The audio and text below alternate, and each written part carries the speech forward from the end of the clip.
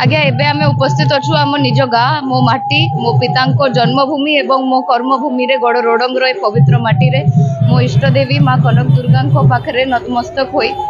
आशीर्वाद भिक्षा करी एबे आमे घर बाहरीचु गोटे शोभा यात्रा करी नामांकन दाखिल करने को जाऊचु।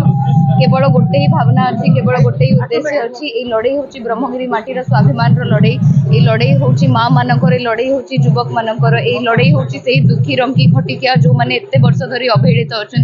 से समस्त लड़ई जनसमावेश कहतु जनसमुद्र कहतु यहाँ को मुझे केवल जन आशीर्वाद भाव में देखुची आउ मोर कॉन्फिडेंस अच्छी कि एत लोकंर आशीर्वाद सह मो पिता आशीर्वाद सह ब्रह्मगिरी निर्वाचन मंडली समस्त लोक आशीर्वाद सह निश्चित भाव निर्वाचन बैतराणी कैरियर बहुत एग्जाम देते ये एक प्रकार नुआ एग्जाम यार अनुभूति केमी देखुछन अनुभूति आगे देखंतु बहुत ही भावनात्मक लगुची 7 वर्षर ये यात्रा थिला